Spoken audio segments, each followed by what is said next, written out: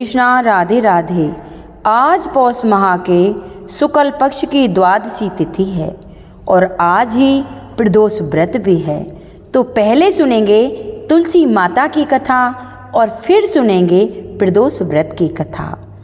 तो जिस श्री विष्णु भगत ने पुत्रदा एकादशी का व्रत रखा है उन भक्तों के लिए प्रस्तुत है तुलसी माता की कथा।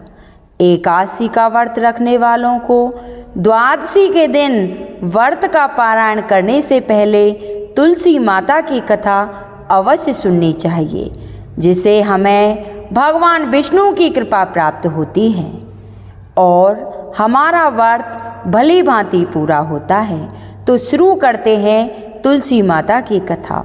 बोलो तुलसी माता की जय हो। आज जो मैं आपको कथा सुनाने जा रही हूँ, यह कथा शिव महापुराण के अनुसार शंखचूर्ण और तुलसी के नाम से सुनी जाती है और श्रीमद् भागवत पुराण के अनुसार यह वृंदा और जालिंदर के नाम से सुनी जाती है। तो आज आपने सुनेंगे संपूर्ण कथा। बोलो श्री हरि विष्णु भगवान की जय। शिव महापुराण के अनुसार प्राचीन काल में राक्षसों का राजा दंभ हुआ करता था, जो कि एक महान विष्णु भगत था। कई वर्षों तक संतान न होने के कारण राजा दंभ ने शुक्राचार्य को अपना गुरु बनाया और उनसे श्री कृष्ण का मंत्र प्राप्त किया। इस मंत्र को प्राप्त करने के बाद उन्होंने पुष्कर सरोवर में तपस्या की।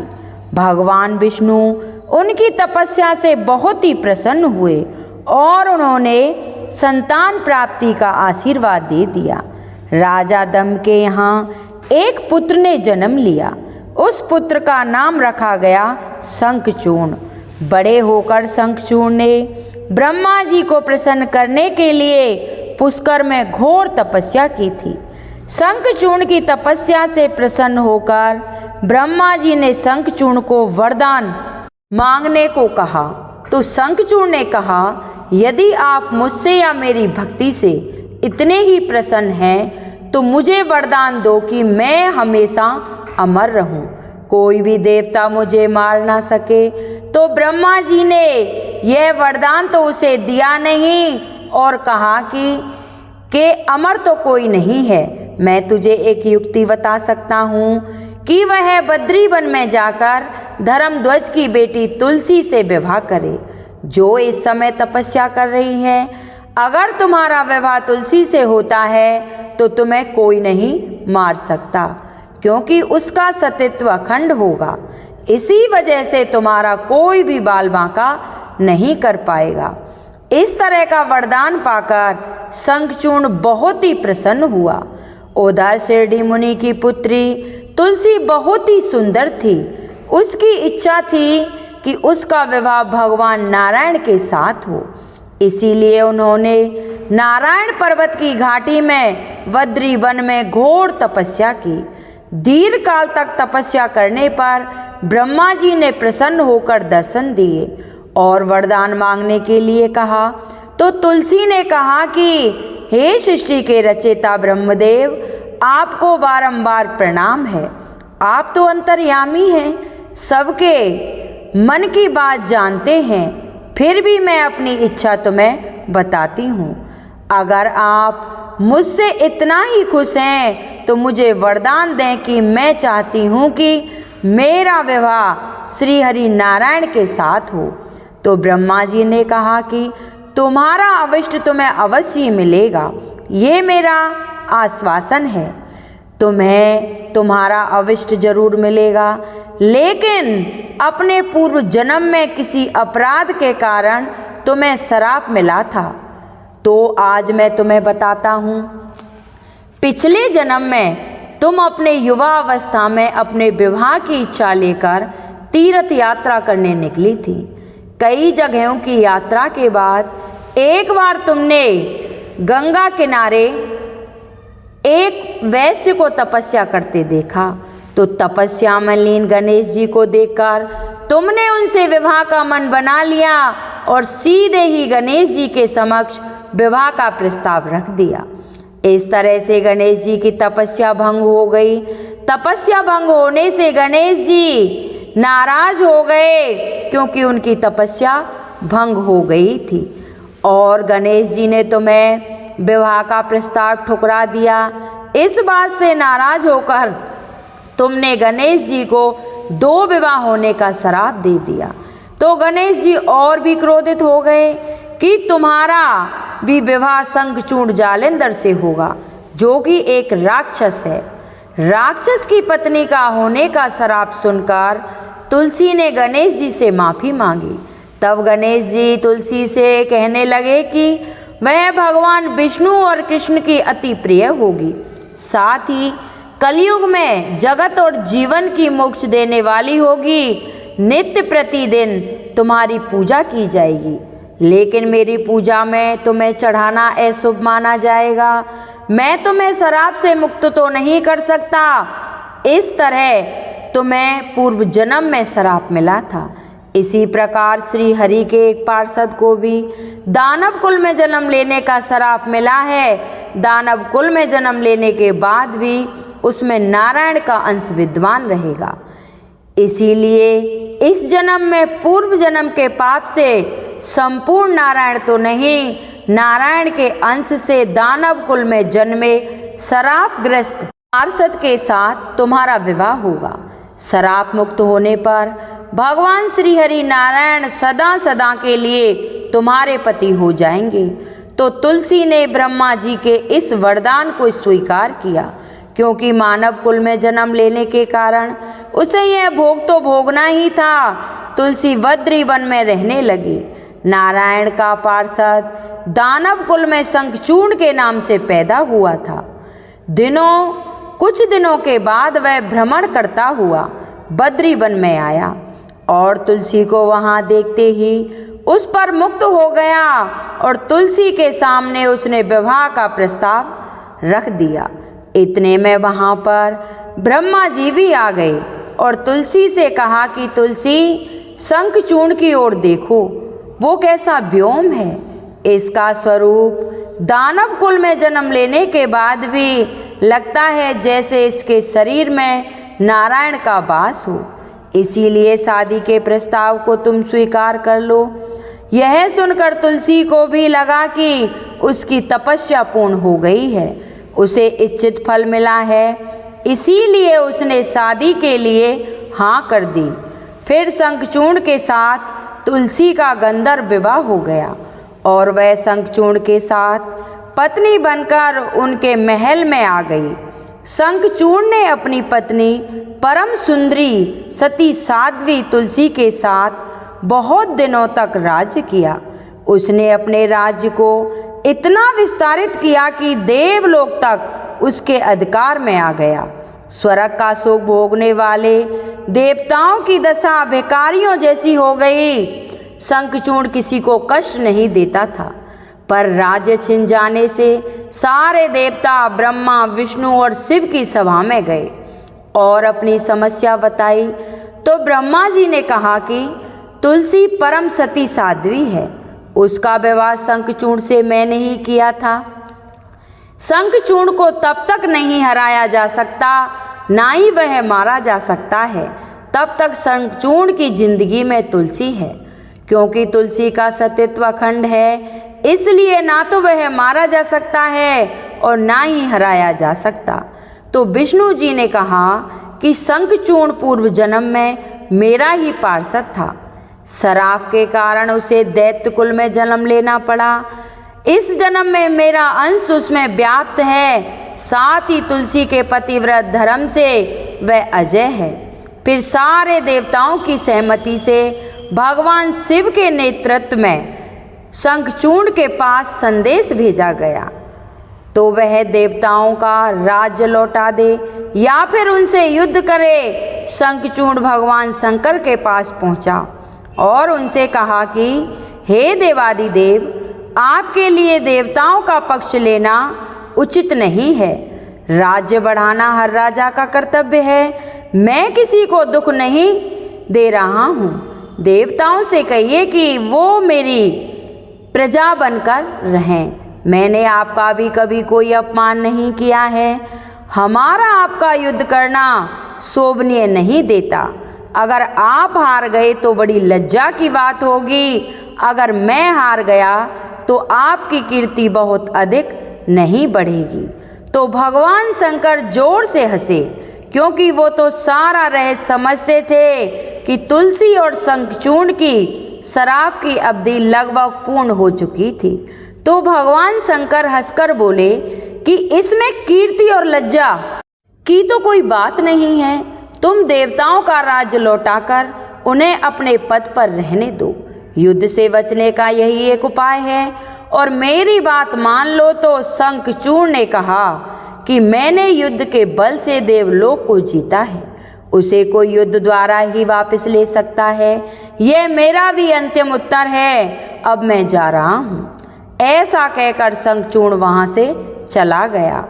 उसने अपनी पत्नी को सारी बात बताई और कहा कि कर्म भोग सब काल सूत्र में बंधा है।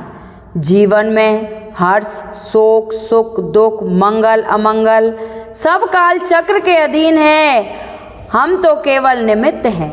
हो सकता है कि भगवान शिव देवताओं का पक्ष लेकर मुझसे युद्ध करें, पर तुम चिंता मत करना, तुम्हारा सतीत्व तेज ही मेरी रक्षा करेगा। फिर दूसरे ही दिन भगवान शंकर के नेतृत्व में देवताओं ने युद्ध छेड़ दिया। शंखचूर्ण ने भीषण बाणों की बरसात करके उनके वेग को रोका। उसके प्रहार से देवता डगमगाने लगे। उसने दानवीय शक्तियों का प्रयोग कर मायावी युद्ध आरंभ कर दिया। युद्ध स्थल पर वह किसी को दिखाई नहीं देता था, पर उसके अस्त्र शस्त्र प्रहार करके देवताओं को घायल कर रहे थे। देवतागण अपने अस्त्र चलाएं तो किस पर चलाएं कि सामने कोई शत्रु दिखाई नहीं दे रहा है। यह युद्ध कई दिनों तक चला। शंखचूर्ण पराजित नहीं हुआ था तो भगवान शिव जी ने विष्णु से कहा कि हे विष्णु, कोई उपाय करो, अन्यथा मेरा सारा यश मिट्टी में मिल जाएगा। तब विष्णु भगवान ने सोचा कि बल से तो शंखचूर्ण को हराया नहीं जा सकता, इसलिए छल का सहारा लेना होगा। तो उन्होंने तुरंत ही अपना स्वरूप शंखचूर्ण जैसा बनाया और अस्त्र शस्त्र से सुशोभित होकर तुलसी के पास चले गए और बोले कि प्रिय, मैं युद्ध जीत आया हूँ। सारे देवता भगवान शंकर समेत हार गए हैं, अब मुझे कोई नहीं मार सकता। तो तुलसी पति को प्रत्यक्ष सामने खड़ा देखकर और विजय का समाचार सुनकर बहुत ही खुश हुई और भागकर अपने पति के चरण स्पर्श किए, क्योंकि तुलसी को इस बात का जरा भी भान नहीं था कि शंखचूर्ण के भेष में स्वयं विष्णु भगवान हैं। इस तरह चरण स्पर्श करते ही तुलसी का तेज नष्ट हो गया और उसका सतीत्व जो शंखचूर्ण के कवच में शंखचूर्ण की रक्षा कर रहा था, वह कवच नष्ट हो गया। शंखचूर्ण शक्तिहीन हो गया। यह जानते ही भगवान शंकर ने अपने त्रिशूल से प्रहार किया। त्रिशूल के लगते ही शंखचूर्ण जलकर भस्म हो गया। शंखचूर्ण को मरने को जानकर विष्णु जी ने अपने असली स्वरूप में आ गए तो तुलसी अपने सामने पति शंखचूर्ण के स्थान पर भगवान विष्णु को खड़ा देखकर बहुत ही आश्चर्यचकित हुई और वह तुरंत उसकी समझ में आ गया कि स्वयं नारायण ने उसके साथ छल किया है। तो उसे बहुत ही क्रोध आया और क्रोध में आकर उसने श्राप दिया कि एक स्त्री का सतीत्व भंग करने के अपराध में मैं तुम्हें एक पत्थर बन जाओ, यह श्राप देती हूँ। भगवान विष्णु ने तुलसी के श्राप को सिरे धार्य करके कहा कि हे देवी, तुम्हारे अथवा शंखचूर्ण के कल्याण के लिए मैंने ऐसा किया है। तुम भी शरीर त्याग कर तुलसी विरला के रूप में जन्म लोगी और मेरी पूजा तुलसी दल से होगी और मैं सालग्राम बनकर पत्थर बनूंगा और मेरे शीश पे तुम आदर से विराजमान होगी और शंखचूर्ण की हड्डियों से शंख की उत्पत्ति होगी और शंख की ध्वनि से देवताओं तथा मेरी पूजा आराधना होगी। जहाँ शंख की ध्वनि होगी वहाँ मैं मंगलमय विराजमान रहूँगा। तुमने पूर्व जन्म में मुझे पाने के लिए बद्री वन में बहुत बड़ी तपस्या की थी। अब से हमेशा मेरी पूजा में तुलसी दल अवश्य चढ़ाया जाएगा।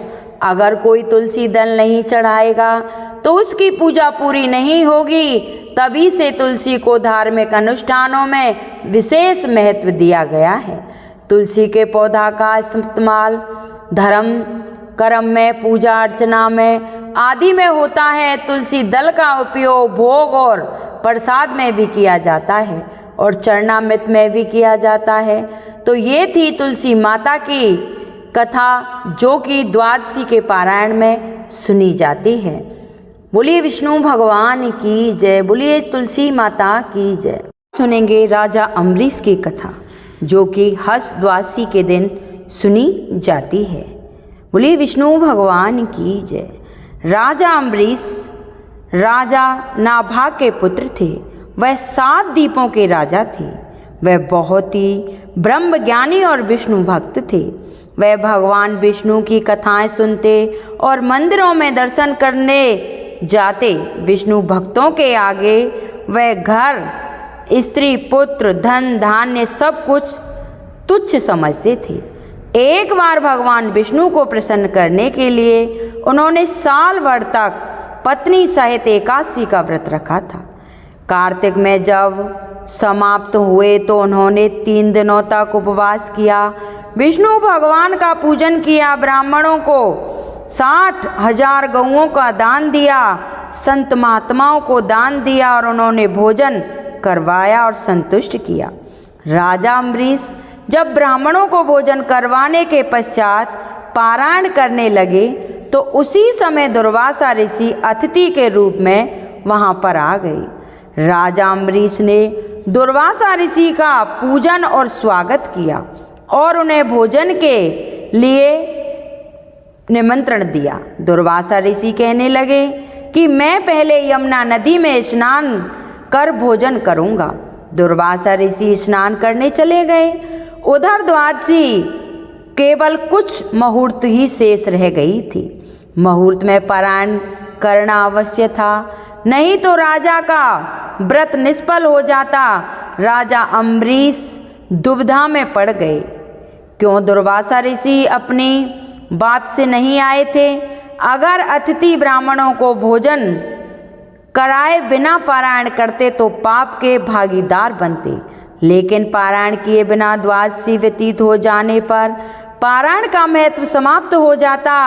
ऋषियों ने कहा कि महाराज, आप केवल जल से पारायण कर लें, इससे आपका व्रत भी व्यर्थ नहीं होगा और कोई दोष भी नहीं लगेगा, क्योंकि जल को भोजन और अभोजन दोनों रूप में जाना जाता है। ऋषियों के परामर्श पर राजा अम्बरीश जल पान कर दुर्वासा ऋषि की प्रतीक्षा करने लगे। यमुना से लौटने पर दुर्वासा ऋषि अपनी तप शक्ति से जान गए कि राजा अम्बरीश ने जल पी लिया है। राजा अम्बरीश पर क्रोधित हुए और दुर्वासा ऋषि कहने लगे कि तुमने धर्म का उल्लंघन किया है। तब राजा, तू लक्ष्मी और धन वैभव में अंधा हो गया है। तुमने मुझे भोजन का निमंत्रण दिया और घर आए अतिथि को भोजन कराए बिना स्वयं भोजन कर लिया। इसको कर्म का फल तुझे जरूर भोगना पड़ेगा। दुर्वासा ऋषि ने अपने जटा को उखाड़कर उससे कालिंग के समान कृत्या को बनाया, जो राजा की ओर दौड़ी। राजा अपने स्थान से तिल भर भी नहीं हटे। उसी क्षण भगवान विष्णु ने अपने भक्त की रक्षा के लिए अपना सुदर्शन चक्र भेज दिया, जिससे कृत्या को उसी क्षण जला दिया और सुदर्शन चक्र फिर दुर्वासा ऋषि की ओर मुड़ गया। दुर्वासा ऋषि जान बचाने के लिए भागे, लेकिन जहाँ भी दुर्वासा ऋषि जाते चक्कर उनके पीछे करता रहता। ब्रह्मा जी की शरण में गए तो ब्रह्मा जी कहने लगे कि विष्णु जी के तेज से मैं आपको नहीं बचा सकता। भगवान शिव के पास गए तो भगवान शिव कहने लगे कि विष्णु जी के चक्र से तुम्हें बचाना मेरे वश में नहीं है। तुम भगवान विष्णु के शरण में जाओ। तब दुर्वासा ऋषि बैकुंठ में आए। भगवान विष्णु के चरणों में वंदना कर कहने लगे कि साधुओं पर कृपा करने वाले प्रभु, मुझ अपराधी की रक्षा करें। मैंने आपके प्रिय भक्त को कष्ट पहुंचाया है, इसके लिए मुझे क्षमा करें। भगवान मेरी रक्षा करें। भगवान विष्णु कहने लगे, तुमने वास्तविकता जानते हुए भी मेरे भक्त को कष्ट पहुंचाया है। मेरे भक्त मुझे बहुत प्रिय हैं। तुम्हारी रक्षा का एक ही उपाय है कि तुम राजा अम्बरीश से क्षमा मांगो। यदि वह तुम्हें क्षमा कर देता है तो समझो तुम्हारी रक्षा हो गई। वह बहुत दयालु है और धार्मिक राजा है, वह तुम्हारी जरूर क्षमा कर देगा। दुर्वासा ऋषि राजा अम्बरीश के पास पहुंचकर उनसे क्षमा मांगने लगे। आपके अपमान के कारण भगवान विष्णु का सुदर्शन चक्र मुझे जला रहा है। राजा अम्बरीश जी के पैरों में गिर गए। उन्हें दुख में देखकर राजा अम्बरीश को बहुत दुख हुआ। भगवान विष्णु के सुदर्शन चक्र को शांत करने के लिए राजा अम्बरीश ने स्तुति की। स्तुति सुनकर सुदर्शन चक्र शांत हो गया और वापस लौट गया। दुर्वासा ऋषि भी सुदर्शन चक्र के ताप से मुक्त होकर सुखी हो गए। दुर्वासा ऋषि ने राजा को आशीर्वाद दिया और कहने लगे, आप धर्मात्मा और दयालु हैं। आपने मेरी दुष्टता को भूलकर मेरी रक्षा की। दुर्वासा ऋषि को सुदर्शन चक्र के भय से मुक्त में 1 वर्ष व्यतीत हो गया, लेकिन राजा अम्बरीश दुर्वासा ऋषि की प्रतीक्षा में 1 वर्ष तक केवल जल पीकर ही रहे। सुदर्शन चक्र से मुक्ति के पश्चात उन्होंने दुर्वासा ऋषि को भोजन करवाकर तृप्त किया और दुर्वासा ऋषि की आज्ञा के बाद उन्होंने फिर भोजन किया। उसके पश्चात दुर्वासा ऋषि अपने लोक चले गए। राजा भक्त के साथ राज्य करने लगे। राजा अम्बरीश के इस प्रसंग को सुनने पड़ने से भगवान विष्णु की प्राप्ति होती है। बोलिए विष्णु भगवान की जय। अब सुनेंगे प्रदोष व्रत कथा। जो प्रदोष व्रत शनिवार को पड़ता है वह शनि प्रदोष व्रत कहलाता है। तो आज सुनेंगे शनि प्रदोष व्रत की कहानी। प्राचीन काल की बात है कि एक नगर में सेठ और सेठानी रहते थे।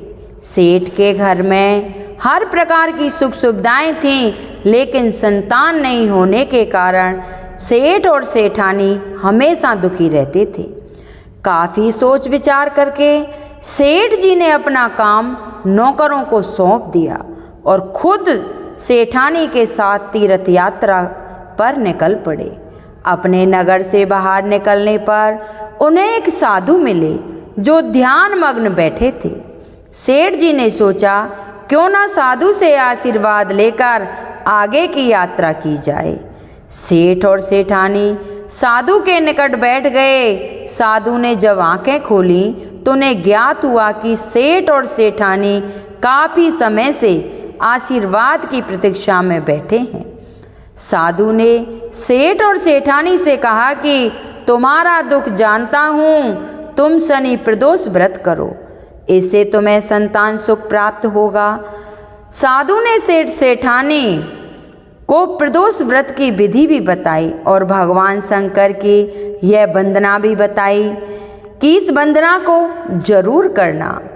हे रुद्रदेव शिव नमस्कार, शिव शंकर जगत गुरु नमस्कार, हे नीलकंठ सुर नमस्कार, शशि मौली चंद्रमुख नमस्कार, हे उमाकांत सुध नमस्कार, उग्रस्वरूप मन नमस्कार, ईशान ईश प्रभु नमस्कार, विश्वेश्वर प्रभु शिव नमस्कार।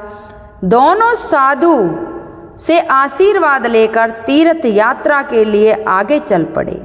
तीर्थ यात्रा से लौटने के बाद सेठ और सेठानी ने मिलकर शनि प्रदोष व्रत किया, जिसके प्रभाव से उनके घर में एक सुंदर पुत्र का जन्म हुआ और सेठ सेठानी आनंद मंगन हुए।